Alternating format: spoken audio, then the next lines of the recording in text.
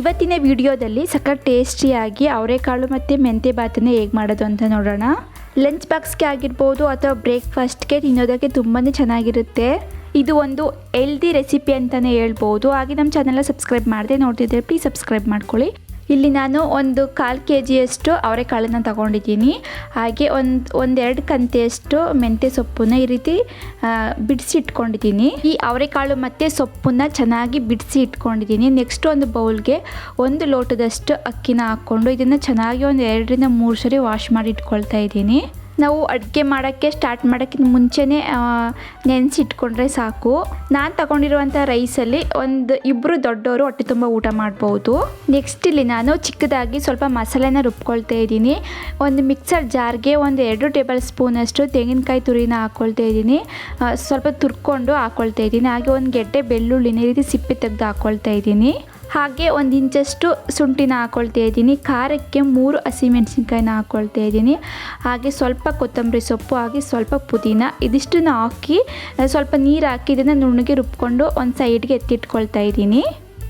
ನಂತರ stove on ಮಾಡಿಬಿಟ್ಟು ಒಂದು ಕುಕ್ಕರ್ ಇಟ್ಕೊಂಡಿದ್ದೀನಿ. ಇದಕ್ಕೆ 3 ಟೇಬಲ್ ಸ್ಪೂನಷ್ಟು ಎಣ್ಣೆನ ಹಾಕ್ಕೊಳ್ತಾ ಇದ್ದೀನಿ. ಎಣ್ಣೆ ಬಿಸಿ ಆದಮೇಲೆ ಹೋಲ್ ಗರಂ ಮಸಾಲನ ಹಾಕ್ಕೊಳ್ತಾ ಇದ್ದೀನಿ. ಜೀರಿಗೆ, ಸೋಂಪು, ಪಲಾವ್ ಎಲೆ, ಚಕ್ಕೆ, 1-2 ಲವಂಗ, ಹಾಗೆ ಅನಾನಸ್ ಹೂವು, ಇದಿಷ್ಟನ್ನು ಹಾಕಿ ಒಂದು 10 ಸೆಕೆಂಡ್ಸ್ ಎಣ್ಣೆಲೆ ಚೆನ್ನಾಗಿ ಫ್ರೈ ಮಾಡ್ಕೋಬೇಕು. ಈ ಮಸಾಲೆಗಳದ್ದು ಫ್ಲೇವರ್ ಬಿಡೋವರೆಗೂ ಈ ರೀತಿ ಫ್ರೈ ಮಾಡ್ಕೊಂಡಾದಮೇಲೆ ಒಂದು ಈರುಳ್ಳಿ ಈ ರೀತಿ ಕಟ್ ಮಾಡಿ ಹಾಕ್ಕೊಳ್ತಾ ಇದ್ದೀನಿ. ಈರುಳ್ಳಿ ಹಾಕಿದ್ಮೇಲೆ ಈರುಳ್ಳಿ ಚೆನ್ನಾಗಿ ಕೆಂಪಾಗೋವರೆಗೂ ಚೆನ್ನಾಗಿ ಇದನ್ನ ಫ್ರೈ ಮಾಡ್ಕೋಬೇಕು. ಈ ರೀತಿ ಎಣ್ಣೆಯಲ್ಲಿ ಚೆನ್ನಾಗಿ ಫ್ರೈ ಮಾಡ್ಕೊಂಡಾದಮೇಲೆ ನಾನು ಮೊದಲೇ ರುಬ್ಬಿಟ್ಕೊಂಡಿದ್ದಂತಹ ಮಸಾಲೆನ ಹಾಕ್ಕೊಳ್ತಾ ಇದ್ದೀನಿ. ಇದ್ರ ಜೊತೆಗೇ 1 ಟೊಮೊಟೊನ ಈ ರೀತಿ ಸ್ವಲ್ಪ ದಪ್ಪದಾಗಿ ಕಟ್ ಮಾಡಿ ಹಾಕ್ಕೊಳ್ತಾ ಇದ್ದೀನಿ. ಹಾಗೆ 1/4 ಟೀ ಸ್ಪೂನಷ್ಟು ಅರಿಶಿನ, ಹಾಗೆ 1 ಸ್ಪೂನಷ್ಟು ಉಪ್ಪು, ಇದಿಷ್ಟನ್ನು ಹಾಕಿದ್ಮೇಲೆ ಚೆನ್ನಾಗಿ ಇದನ್ನ ಫ್ರೈ ಮಾಡ್ಕೋಬೇಕು. ಈ ಮಸಾಲೆದು ಹಸಿ ವಾಸನೆ ಎಲ್ಲ ಹೋಗೋವರೆಗೂ ಚೆನ್ನಾಗಿ ಫ್ರೈ ಮಾಡ್ಕೋಬೇಕು. ಹಾಗೆ ಎಣ್ಣೆ ಕೂಡ ಬಿಡಬೇಕು ಈ ಮಸಾಲೆದು. ಆ ರೀತಿ ಇದನ್ನು ಫ್ರೈ ಮಾಡ್ಕೋಬೇಕಾಗುತ್ತೆ. ನೀವು ಅಕ್ಕಿನ ಜಾಸ್ತಿ ತಗೊಳ್ಳೋದಾದರೆ ಮಸಾಲೆನೂ ಕೂಡ ಜಾಸ್ತಿನೇ ಹಾಕೋಬೇಕಾಗುತ್ತೆ. ನೋಡಿ, ಇದನ್ನು ಎಣ್ಣೆ ಬಿಡೋವರೆಗೂ ಚೆನ್ನಾಗಿ ಮಿಕ್ಸ್ ಮಾಡ್ಕೊಂಡಾಗಿದೆ. ಇವಾಗ ಇದಕ್ಕೆ ಸೊಪ್ಪನ್ನ ಹಾಕ್ಕೊಳ್ತಾ ಇದ್ದೀನಿ, ಮೆಂತ್ಯ ಸೊಪ್ಪನ್ನ. ಹಾಗೆ ಇದ್ರ ಜೊತೆಗೆ ಅವರೆಕಾಳನ್ನು ಕೂಡ ಹಾಕ್ಕೊಳ್ತಾ ಇದ್ದೀನಿ.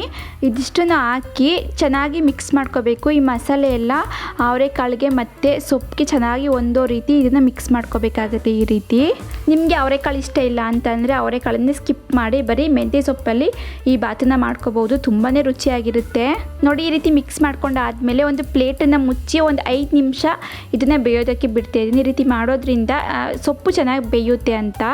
ಹಾಗೆ ಎಣ್ಣೆ ಕೂಡ ಬಿಟ್ಕೊಳ್ಳುತ್ತೆ ಚೆನ್ನಾಗಿ.